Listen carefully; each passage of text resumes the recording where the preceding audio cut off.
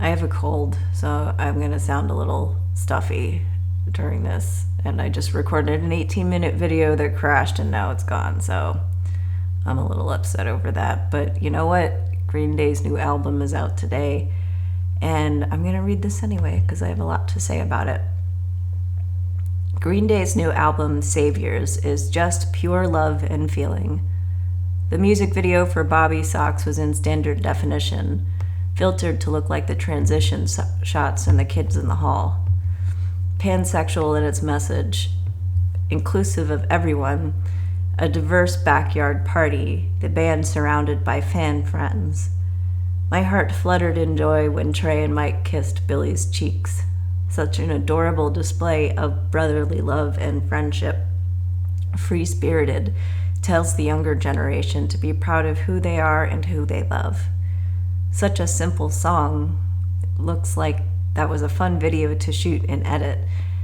Gives me such solace and hope that a band who's been around for 30 years can still surprise us. American Idiot was a turn towards a dark era, post 9/11, the rise of mass media and Orwellian false propaganda. Green Day was reflecting what was going on in the world. They still are, always have, and now there's a joyous rallying cry, perhaps instead of just vehemently criticizing borderline dictatorship taking over our country, which is also necessary. Green Day is helping us find the love within ourselves that'll overcome the threat of such madness. There's no situation that understanding and compassion can't fix. But it's gotta go both ways. There are Republican fans of Green Day. No one has ever disliked Basket Case. It is impossible to dislike that song. I'm from Virginia, back when it was a bright red state. Everyone I knew liked Green Day. No heart, no matter how cold and withered, could possibly resist the magnetic joy of Green Day's new album, Saviors. Good work, guys. I hope we turn a lot of voters together. I don't think I can be a full-time member of Green Day. When I read that they're playing the entirety of Dookie and American Idiot while touring Saviors, I was like, if I had 1,000 years, I could never learn all of those songs. I'm not that good of a musician. Plus, I need to be making movies. I want to make a Green Day movie so bad. Like Hard Day's Night or Spice World, where the band plays themselves. Sort of like a mockumentary, too, like This Is Spinal Tap. I could write and direct the fuck out of that movie. I'd love to play the interviewer behind the camera and like you only hear me off screen until the end when I get to play with the band. It's not about me, but I would put my whole heart into it. Who's gonna pay for that movie? It would be kind of cheap to make. I mean, just single camera backstage interviews like The Office, the TV show The Office, plus some really good concert footage. I gotta say, Ryan Seacrest knows how to hire a cameraman. The New Year's performance where everyone freaked out over a word change, that was shot really well. Whoever's responsible, let's hire them. Now, someone tell me how to pay for this. Somebody has the movie money in this town. Tell me where they are, and I will convince them to give us money to do this. I went to, sorry. I will get through this, goddammit. Fuck you, nature. I went to the Green Day Saviors listening party at Amoeba Music a few nights ago. It was packed, wall to wall. Overwhelming experience coming out of my isolation. I got a raffle ticket and then I went outside for a milkshake. And I came back in to lose the raffle. I could barely hear the album over the crowd. There was nowhere to sit down, not enough room to dance, and I was afraid of breaking my ukulele by accident and awkward about making small talk trying to make new friends. I also ate a large dose of my homemade edibles before, trying to stave off anxiety, but I just ended up so tired I left before the album was over. And now I have the hiccups too. I can't win. I left before the album was over and immediately crashed for 12 hours as soon as I got home. It wasn't a bad experience, though. I enjoyed seeing all the Green Day fans in their goth makeup. I just realized that Trey wasn't in the shot here. I gotta make sure that the whole band, the free poster that I got, is in the shot too. The baby Green Day fans are my favorite. They're being raised right.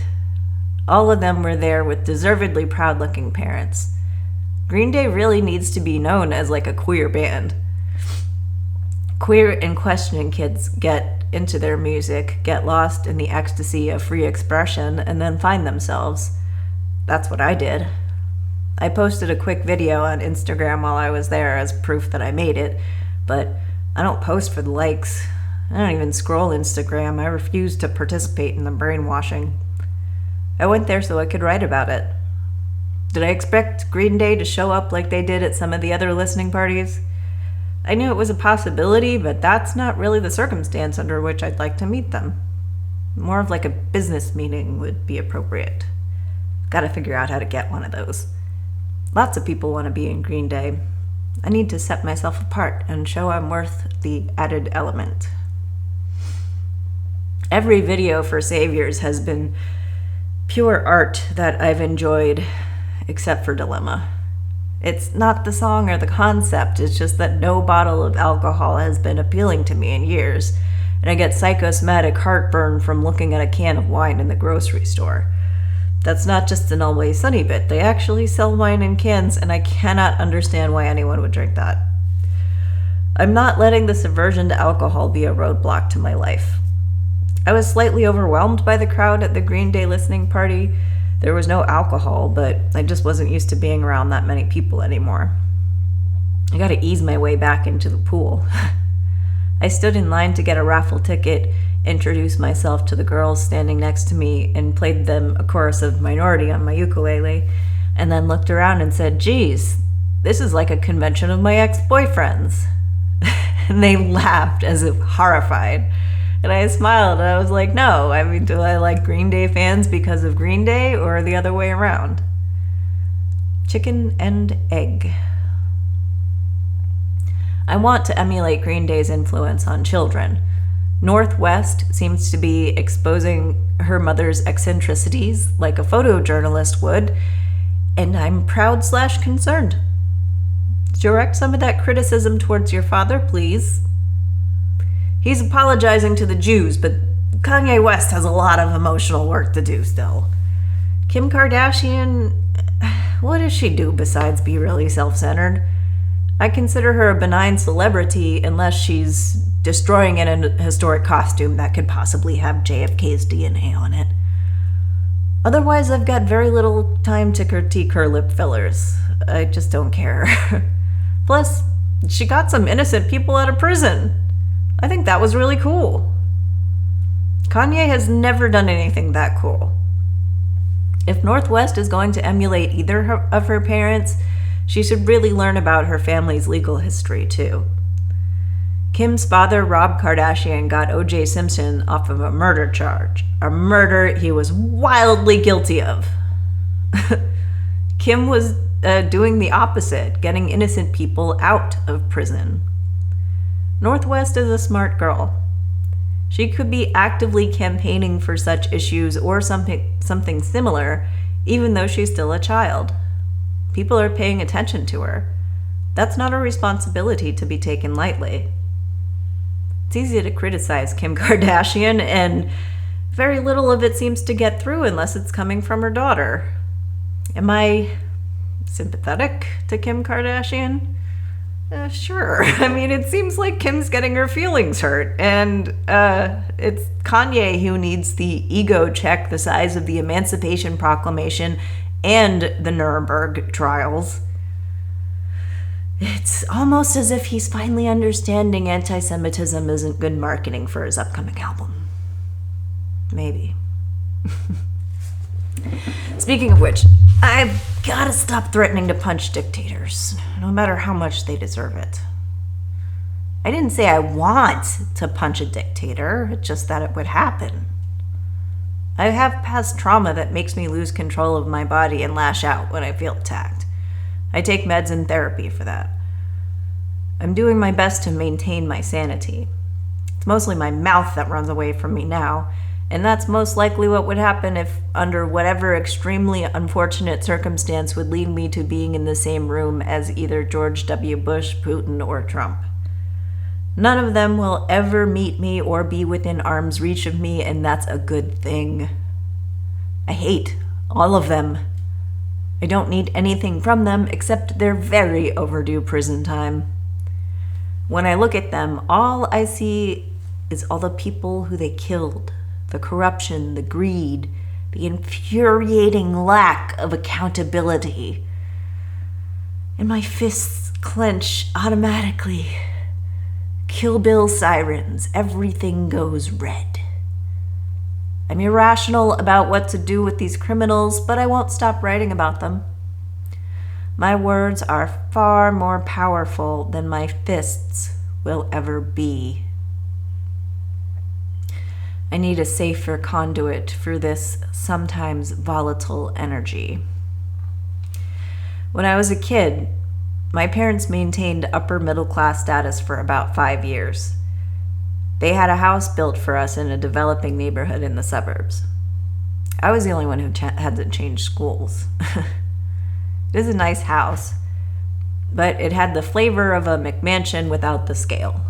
Still had 5 bedrooms, and the 5th was Dad's office, which was half taken over by a 3-panel executive desk covered in a mess of bills. The other half of the office was the old living room couches from our previous house, piled high with clean laundry that my mom expected us kids to put away ourselves, and we never did. That room is a metaphor for what went wrong in my parents' marriage. Mom didn't help with the bills other than turning over her 12-hour overnight shifts as a labor and delivery nurse paychecks to my dad to pay the bills. And Dad would get mad if anyone moved anything on the desk because he claimed he knew where everything was in the chaotic mess, like any hoarder would. Mom would wake up from a shift, zombie tired, run a load of laundry, dump it on the couches, and then get ready for her next shift. We had clean clothes. We had a nice house. I had a dog for a little while. When my parents' marriage fell apart, they gave away my dog. I'd rather have the dog than the house. The lesson is, it doesn't matter what you have, rather who you have. I never once saw my dad run a load of laundry or vacuum the living room. He liked the kitchen, got to design his own kitchen with an island and a gas stove, splurged on expensive equipment like a KitchenAid mixer and copper saucier. There was always a gargantuan mess after Dad cooked, and he would get mad that nobody wanted to clean up after. And we never did. I don't think my parents were great at discipline. Dad's parents weren't great at discipline either. He was running off to music festivals at 14, gone for weeks, making angel dust and buying acid from a guy named Mountain in Thompson Park. Mom got way more discipline, and she rebelled. Also ran away at 14, but Mimi and Poppy hired a private investigator to find her. So I kind of got the perfect storm of benign neglect. Now I have to discipline myself, and we fight all the time. You're supposed to be disciplined about things you like doing, too. I sit down and write every day like I'm getting paid for it. This is what writers have to do. Write every day until you get paid for it. People drop donations on live streamers who do nothing but react to TikTok videos. Is my writing worth that too? Hopefully I'm getting there. What is this channel? I don't know yet. I think we're all trying to figure that out together. I'm going where the content is leading me. Except instead of criticizing every last thing about Scientology, like in my relatively successful deconstruction of the way to happiness, I'm starting my own religion. Belief in God not required, but it's fine. I'd like people to donate to my religion so I can keep doing this and eventually do bigger projects like feature films. Zelensky crowdfunded his first campaign.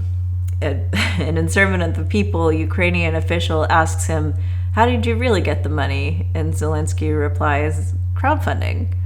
And the official says, "Okay, Okay, you don't have to tell me. He doesn't believe him that's possible.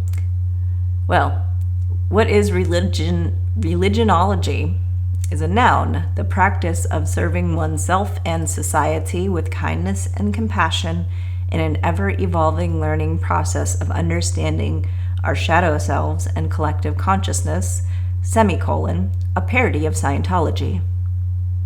This is the religion I'm creating. You could say that I'm the popette, but I prefer co-learner. I'm not better than any of you. I'm not smart. I am smarter than a lot of people, but I believe everyone has the potential to learn. I want to share everything that makes sense about how to create peace and harmony in the world. Sometimes it feels like an emergency, like there's children running around lighting matches and sticking forks in electrical sockets, and these aren't even my kids, but I'm panicked by the possibility of a disaster at all times. How do we prevent a lot of human-caused disasters? Kindness and compassion. There's no situation that kindness and compassion can't solve. Seek to understand rather than judge. We could end wars with this mentality. Wars in the world and wars within ourselves. That fear, that anxiety, that's all in your head, but that doesn't mean it's not real. Our heads need to be inoculated with good ideas. If you can't seek love, seek peace, a truce. We don't have to all like each other, but sustained conflict helps nobody. One of the main goals of religionology is conflict resolution between each other and especially within ourselves. Everyone wakes up every day conflicted by something. It's very rare someone is completely assured in their motivations, and personally that borderlines on psychosis to me. People who question themselves are human beings with rational thought patterns. The rub is to not judge yourself either. Try to understand your limitations as well as potentials. You're entitled to and deserve support for both. Okay, here are the ever-evolving tenets of religionology. 1. Don't murder, rape, kidnap, torture, or cause wars. 2. Tell the truth whenever possible. Don't lie out of selfishness. 3. If you need to steal, only when absolutely necessary. 4. Don't be mean. 5. Express remorse when you've wronged someone. 6. Attempt to make amends. 7. Seek to understand rather than judge. 8. Take good care of yourself and those you're responsible for. 9. Make an effort to give to your community and the world around you. 10. Always be kind to the environment and animals. 11 is learn what sets your soul on fire. 12. Practice until you impress yourself. 13. Work to thrive, not just survive. 14. Challenge authority whenever necessary. 15. Prioritize your goals and boundaries. 16. Communicate your feelings without hurting anyone. 17. Teach. 18. Create art. 19. Check your facts. 20. Breathe. 21. Think carefully before you act. I think that's good for now. Pope Francis thinks sexual pleasure is a gift from God. Okay. Could have done without the dig at sex art filmmakers. It's like he's dancing around banning sex work when he knows that'll never happen. Condemn the exploitation in those industries, not the artists themselves. They're doing what pleasures them. Isn't that appreciating God's gift? Pope Francis is turning into that dirty grandpa whose favorite movie is Caligula and everyone groans at his jokes. Speaking of which, Ozzy Osbourne says he loves T-Pain's cover of War Pigs, And he was like, why didn't you guys call me? And I'll cover NIB with Ozzy. I don't have the money to produce that, but I have the voice when I'm not sick. Give me his number. I'll call him. Ahem. Seth MacFarlane, I didn't ask to hear your goddamn feelings. With kindness and compassion, fuck you. The actor who played Arnie Grape is annoying me so much. It was annoying me so much this morning. I had to say, don't take this the wrong way, but sometimes I feel like I'm talking to Rain Man. He seemed to think that was funny. He's being nicer, even though he drives me crazy with this kitsune act. He says he's going to meet me next month. We'll see. How do you say no to that face? I hear the word no a lot when I'm out with my ukulele. People respect the clipboard with my Venmo and YouTube QR codes. I just get better and better. It's almost too easy. Are my days as a street performer dwindling? Perhaps. I've gained a lot of skills and confidence from this experience. I could go from the street to a stadium like that. Watch me.